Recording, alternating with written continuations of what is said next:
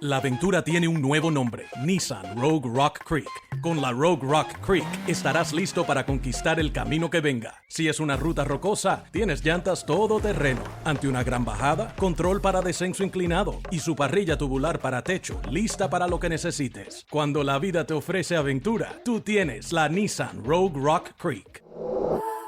La capacidad de carga está limitada por el peso y la distribución. Siempre asegure la carga. Cargar el vehículo con mucho peso, especialmente en el techo, afectará el manejo y la estabilidad del vehículo. ¿Cómo podemos utilizar las ratios precio-beneficio, precio-patrimonio neto o precio-ventas para tomar decisiones de inversión en el mercado bursátil?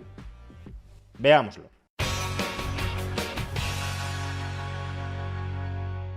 En el anterior vídeo dentro de esta serie sobre finanzas personales apadrinada por Freedom24, comenzamos a desgranar el contenido de The Little Book of Valuation de Aswath Damodaran, un libro que nos introduce a las distintas herramientas que existen para valorar activos financieros. Y justamente en el vídeo anterior expusimos la teoría sobre cómo calcular el valor intrínseco de un activo. Pues bien, en el vídeo de hoy vamos a hablar de otro conjunto de técnicas distintas para calcular el precio de equilibrio de un activo. En lugar de calcularlo directamente, podemos calcularlo indirectamente comparando la valoración de ese activo con la de otros activos financieros que resulten similares. Por ejemplo, si nos estamos planteando invertir en el bono que ha emitido una determinada empresa y queremos determinar si constituye una buena o una mala opción de inversión, una forma de hacerlo es comparar el precio al que cotiza ese bono con el precio al que cotizan los bonos emitidos por otras empresas de ese mismo sector y con una calidad crediticia similar. Si el bono en el que nos estamos planteando invertir cotiza a un precio muy superior al de otras compañías similares, pues entonces es bastante probable que ese bono esté sobrevalorado, es decir, que nos esté ofreciendo una rentabilidad demasiado baja. Si en cambio el precio de ese bono cotiza muy por debajo del precio de los bonos de otras compañías similares, pues entonces es bastante probable que ese bono esté infravalorado, es decir, que nos esté ofertando en este momento una rentabilidad anormalmente alta que haya que aprovechar. Pues bien, vamos a seguir a Damodaran para aplicar estos criterios relativos a la valoración de activos financieros. Lo primero a resolver es qué cabe entender por activos financieros similares. ¿En qué sentido un activo financiero es similar a otro? Pues bien, diremos que un activo financiero es similar a otro cuando su estructura de flujos de caja y su nivel de riesgo sea similar. Es decir, cuando los flujos de caja lleguen en momentos parecidos, cuando experimenten trayectorias de crecimiento similares y cuando además el riesgo de pérdida por invertir en cada uno de estos activos sea parecido. El criterio puede parecer poco estricto, porque en principio, por ejemplo, nos permitiría comparar activos financieros cotizados en distintos sectores o emitidos por empresas de distintos tamaños. Sin embargo, aunque pueda parecer un criterio poco estricto, no es tan sencillo encontrar diversos activos financieros que compartan estas características. Misma estructura de flujos de caja futuros o similar estructura de flujos de caja futuros y mismos o similares niveles de riesgo. Si encontráramos muchas, pues entonces sí se puede acotar más, por ejemplo, a activos de un mismo sector o emitidos por empresas del mismo tamaño. Pero lo fundamental es que su estructura de flujos de caja y de riesgo sea similar. Lo anterior, por cierto, constituye un criterio tanto habilitador como restrictivo. Es decir, podemos comparar la valoración de activos financieros similares y no debemos comparar la valoración de activos financieros que no sean similares. Este último es un error muy frecuente en el que incurren muchos inversores cuando recurren a la valoración relativa de los activos financieros. Comparan un activo financiero que parece muy barato en relación a otro activo financiero que no tiene nada que ver con el anterior y se lanzan a invertir en ese activo financiero que parece muy barato al compararlo, repito, con otro que no tiene nada que ver con él. Un activo financiero será relativamente barato o relativamente caro respecto a otro activo similar a él, pero no se puede llegar a esa misma conclusión comparando activos que no guardan ninguna relación entre sí. Pues bien, una vez determinado el universo de activos financieros comparables entre sí, ya podemos empezar a efectuar las comparaciones para determinar si un activo financiero está relativamente caro o relativamente barato. Y para eso nos vamos a valer de 3 ratios de valoración de activos financieros, que no son ni muchísimo menos las únicas ratios que existen, pero sí son 3 que aparecen en el libro de Damodaran y con las que vamos a ilustrar cómo se puede efectuar la valoración relativa de activos financieros. Pero antes, dejadme que os recuerde que a través del broker de la plataforma que apadrina esta serie de vídeos sobre finanzas personales, Freedom24, tenéis acceso a una amplia variedad de activos financieros en los que invertir. Entre ellos, esta selección de ETFs, de fondos cotizados, que invierten en bonos corporativos de empresas o europeas o de empresas estadounidenses. Fondos cotizados en los que puede invertir cualquier ahorrador y a través de los cuales puede conseguir rentabilidades, intereses abonados por esos bonos corporativos de entre el 6% anual en euros o del 7% anual en dólares. Se trata de intereses que cubren sobradamente la inflación y que son abonados periódicamente por las empresas que han emitido estos bonos en los que invierten los ETFs seleccionados por Freedom24. Si quieres obtener más información sobre Freedom24, sobre su broker y sobre los ETFs en bonos corporativos que ha seleccionado específicamente Freedom24 para el ahorrador conservador, puedes obtener más información sobre ello pinchando en el enlace que aparece en la caja de descripción de este vídeo o en el comentario destacado. Pues bien, ¿cuáles son las 3 ratios que vamos a utilizar como ejemplo para comparar la valoración relativa de distintos activos financieros similares?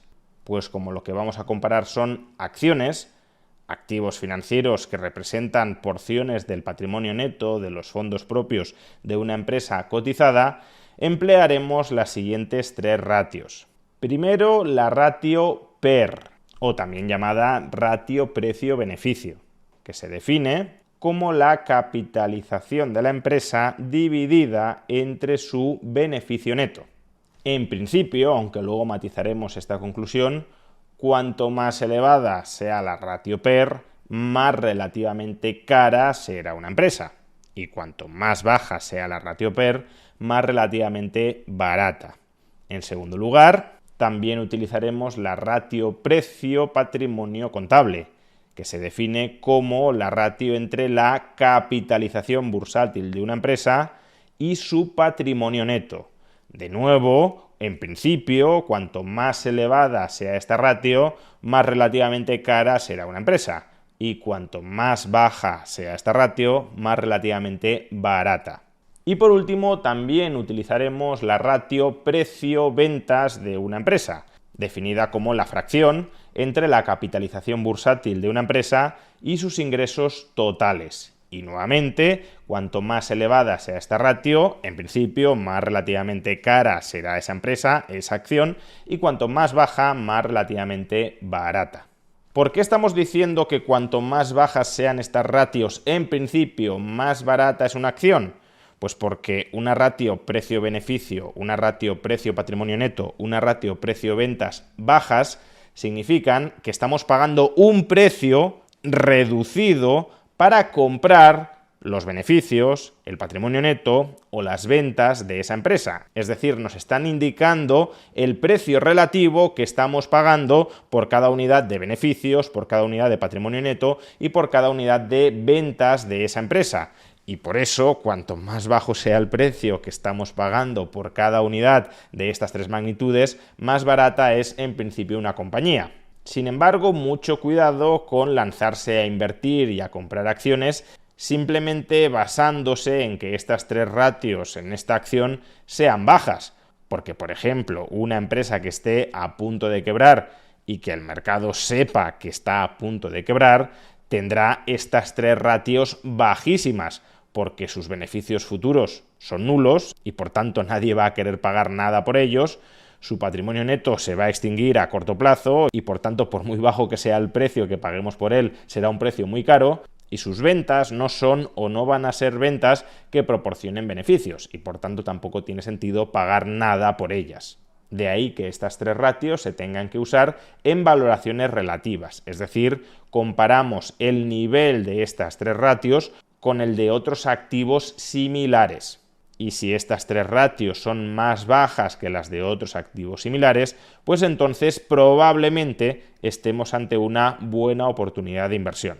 Pero nuevamente aquí mucho cuidado en dos frentes. En primer lugar, puede ser peligroso comparar estas tres ratios de una empresa con el valor promedio de estas tres ratios de todas las empresas, de todas las acciones que consideramos similares a la que hemos seleccionado. Porque démonos cuenta de que el valor de estas tres ratios puede oscilar entre 0 e infinito. Y eso significa que la media de estas tres ratios de entre todas las empresas que consideremos similares será una media probablemente sesgada al alza. Porque si hay algunas empresas que, por la razón que sea, tienen estas tres ratios altísimas, desplazarán al alza la media de todo ese universo. Con lo cual, claro, si comparamos las tres ratios de la empresa que hemos seleccionado con el promedio sesgado al alza del universo de empresas similares, acaso lleguemos a la conclusión errónea de que las ratios de la empresa que he seleccionado son muy bajas y, por tanto, constituyen una buena oportunidad de inversión, cuando en realidad solo parecen bajas porque el promedio de estas ratios entre el universo de empresas seleccionadas, como digo, está sesgada al alza. De ahí que sea preferible no utilizar la media de estas ratios de entre las empresas similares a la que he seleccionado para ver si invierto en ella o no, sino dibujar una distribución de esas ratios entre las empresas que he seleccionado, eliminando, si lo queremos, los outliers, los valores extremos, y a partir de ahí efectuar la comparación con, por ejemplo, una media no sesgada. Y el otro punto con el que hemos de tener mucho cuidado está vinculado con lo que mencionaba antes, y es que estas ratios no son estáticas. Si varía la capitalización de la empresa, o varían sus beneficios, o varía su patrimonio neto, o varían sus ventas, estas ratios también cambiarán. Y lo que nos interesa, claro está, es comprar una empresa cuando estas ratios son artificialmente bajas o diferencialmente bajas, esperando que estas ratios suban en el futuro y converjan con la media no sesgada de las empresas comparables.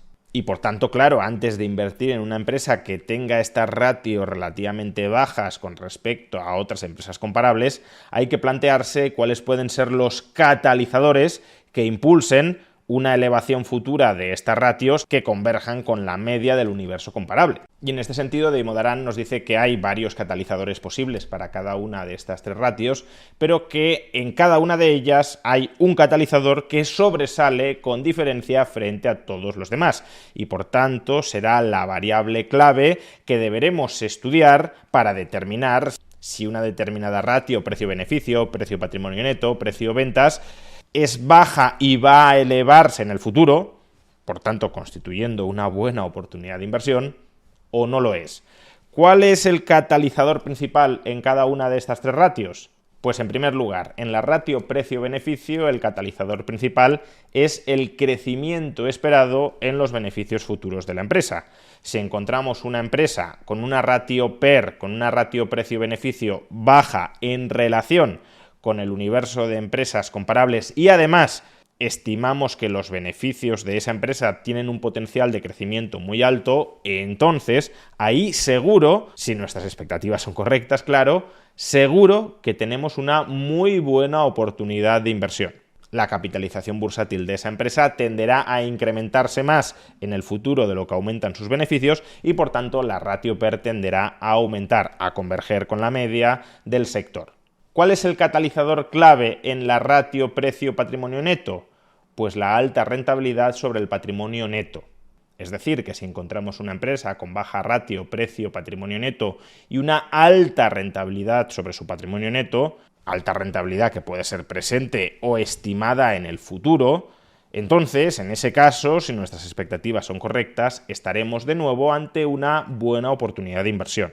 Recordemos que una ratio precio-patrimonio neto baja significa que estamos comprando el patrimonio neto a un precio muy barato. Si la empresa consigue rentabilizar a una alta tasa ese patrimonio neto que hemos comprado muy barato, eso equivale a decir que estamos comprando beneficios futuros altos muy baratos. Y por tanto, si los beneficios futuros se incrementan mucho con respecto a los actuales, como sucedía con la ratio precio-beneficio, la capitalización de esa empresa tenderá a aumentar más que los beneficios de la compañía y, por tanto, la ratio precio-patrimonio neto tenderá a subir, convergiendo nuevamente con el promedio del universo de empresas comparables. Y por último, el principal catalizador de la ratio precio-ventas es el margen de beneficio neto sobre ventas.